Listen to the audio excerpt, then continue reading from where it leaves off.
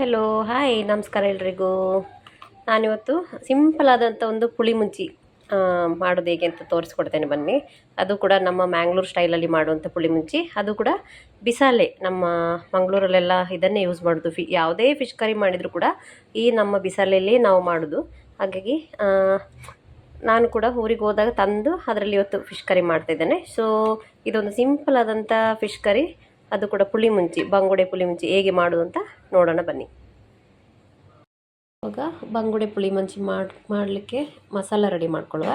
ಒಂದು fry ಪ್ಯಾನಲ್ಲಿ 1 table spoon ಆಗುವಷ್ಟು oil ಹಾಕ್ಕೊಂಡಿದ್ದೇನೆ. Coconut oil ಕೂಡ ಆಗ್ಬೋದು, ಮತ್ತು ನಾವು ಕುಕ್ಕಿಂಗ್ ಆಯಿಲ್ ಯಾವುದು ಸಹ ಹಾಕ್ಬೋದು.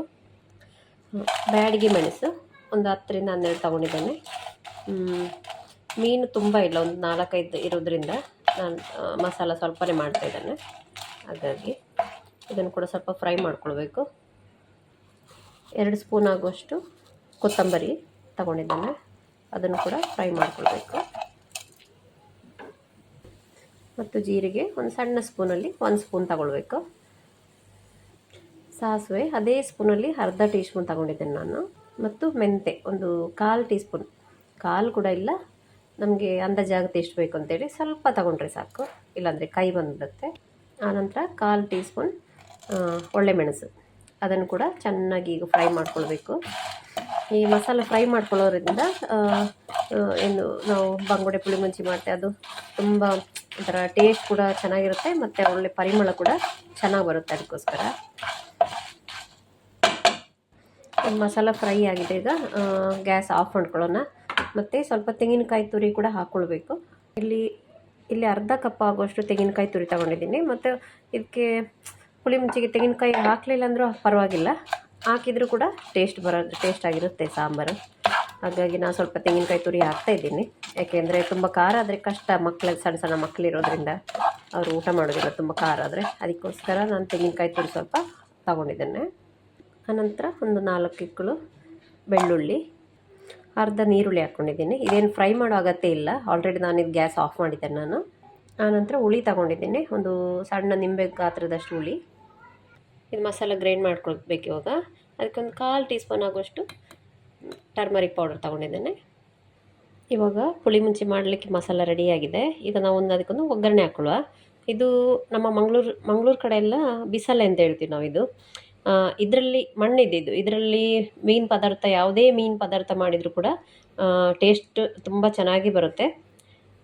ಇವತ್ತು ಮಾಡಿಟ್ಟು ಮರುದಿವಸ ತಿಂದ್ರಂತೂ ಅದರ ಟೇಸ್ಟ್ ಇನ್ನೂ ಹೆಚ್ಚಾಗಿರುತ್ತೆ, ತುಂಬ ಖುಷಿಯಾಗುತ್ತೆ, ಇದು ತುಂಬ ಟೇಸ್ಟ್ ಆಗುತ್ತೆ. ಹಾಗಾಗಿ ನಾನು ಊರಿಗೆ ಹೋದಾಗ ಅಲ್ಲಿಂದ ತಂದದ್ದು, ಅಂದರೆ ನಮ್ಮ ಇಲ್ಲಿ ಕತ್ತರಲ್ಲಿ ಸಿಗೋದಿಲ್ಲ. ಹಾಗಾಗಿ ಓಕೆ, ಈಗ ಅದಕ್ಕೆ ನಾವು ಒಗ್ಗರಣೆ ಮಾಡಿಕೊಳ್ಳುವ. 1 ಟೀ ಸ್ಪೂನ್ ಆಗುವಷ್ಟು ಆಯಿಲ್ ಹಾಕ್ಕೊಂಡಿದ್ದೇನೆ.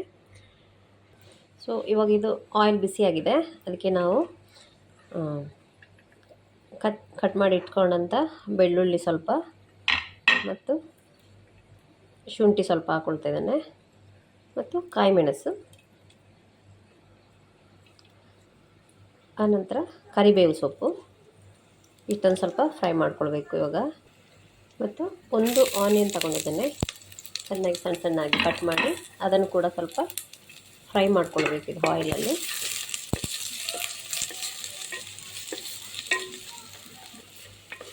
ಇದು ಮಸಾಲ ತುಂಬ ಡೀಪಾಗಿ ಫ್ರೈ ಮಾಡೋದೇನು ಬೇಡ, ಸ್ವಲ್ಪ ಫ್ರೈ ಮಾಡಿಕೊಂಡ್ರೆ ಸಾಕು. ಇವಾಗ ನಾವು ಮಸಾಲ ಕಡ್ದಿಟ್ಟಂಥ ಗ್ರೈಂಡ್ ಮಾಡಿ ಇಟ್ಕೊಂಡು ಅಂಥ ಮಸಾಲನ ಅದಕ್ಕೆ ಹಾಕ್ಕೊಳ್ಳೋ. ಸ್ವಲ್ಪ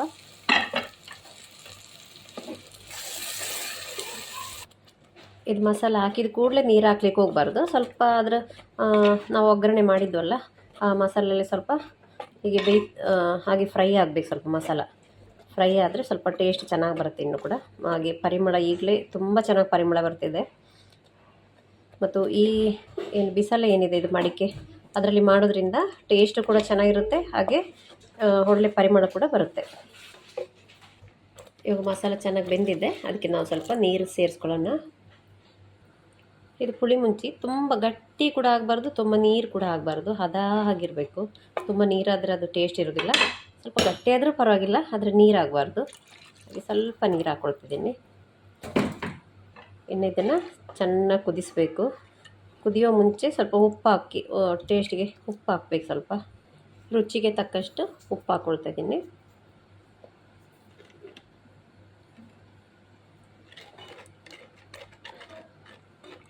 ಇದು ಒಂದು 5ರಿಂದ ಒಂದು 6 ನಿಮಿಷ ಕುದಿಲಿಕ್ಕೆ ಬಿಡೋಣ. ಚೆನ್ನಾಗಿ ಕುದಿಬೇಕು ಇದು. ಇವಾಗ ಸಾರು ಚೆನ್ನಾಗಿ ಕುದೀತಾ ಇದೆ. ಇವಾಗ ಕ್ಲೀನ್ ಮಾಡಿ ಇಟ್ಕೊಂಡಂಥ ಬಂಗುಡೆ ಫಿಶ್ ಏನಿದೆ ಅದನ್ನು ಹಾಕ್ಕೊಳ್ಳುವ.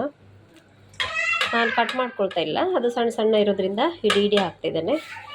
ಇದು ಫಿಶ್ ಹಾಕಿ ಒಂದು 5 ನಿಮಿಷ ಹಾಗೆ ಫ್ರೈ ಇನ್ನು ಏನು ಹೇಳ್ತಾರೆ, ಸ್ವಲ್ಪ ಬೇಯಿಸ್ಕೊಳ್ಬೇಕು, ಕುದಿಲಿಕ್ಕೆ ಬಿಡಬೇಕು. ಅವು ಸ್ವಲ್ಪ ಹಾಗೆ ಬೇಯಿಸ್ಕೊಳ್ಳುತ್ತೆ. ತುಂಬ ಬೇಯಿಸ್ಬೇಕು ಅಂತೇನಿಲ್ಲ, ಒಂದು 5 ನಿಮಿಷ ಮುಚ್ಚಿ ಬೇಯಿಸಿದರೆ ಸಾಕು. ಫೈನಲಿ ಈಗ ಬಂಗುಡೆ ಪುಳಿ ಮುಚ್ಚಿ ಸಾರು ರೆಡಿಯಾಗಿದೆ. ಹಾಗೆ ಟೇಸ್ಟು ಕೂಡ ತುಂಬಾ ಚೆನ್ನಾಗಿದೆ. ನನಗೆ ತುಂಬ ದಿವಸದಿಂದ ಆಸೆ ಇತ್ತು ಈ ಬಿಸಿಲಲ್ಲಿ ಈ ಮಡಿಕೆ ಏನಿದೆ ಅದರಲ್ಲಿ ಫಿಶ್ ಕರಿ ಮಾಡಬೇಕು ಅಂತೇಳಿ. ಸೊ ಹಾಗಾಗಿ ಊರಿಗೆ ಹೋಗಿ ವಾಪಸ್ ಬರುವಾಗ ತಗೊಂಡು ಬಂದು ಅದರಲ್ಲಿ ಮಾಡಿದ್ದೇನೆ ಇವತ್ತು. ಟೇಸ್ಟ್ ಕೂಡ ತುಂಬ ಚೆನ್ನಾಗಿದೆ. ನೀವು ಕೂಡ ಟ್ರೈ ಮಾಡಿ. ಮತ್ತು ಈ ವಿಡಿಯೋ ನಿಮ್ಗೆ ಇಷ್ಟ ಆಗಿದ್ದರೆ ಲೈಕ್ ಮಾಡಿ, ಶೇರ್ ಮಾಡಿ, ಸಬ್ಸ್ಕ್ರೈಬ್ ಮಾಡಿ. Thank you.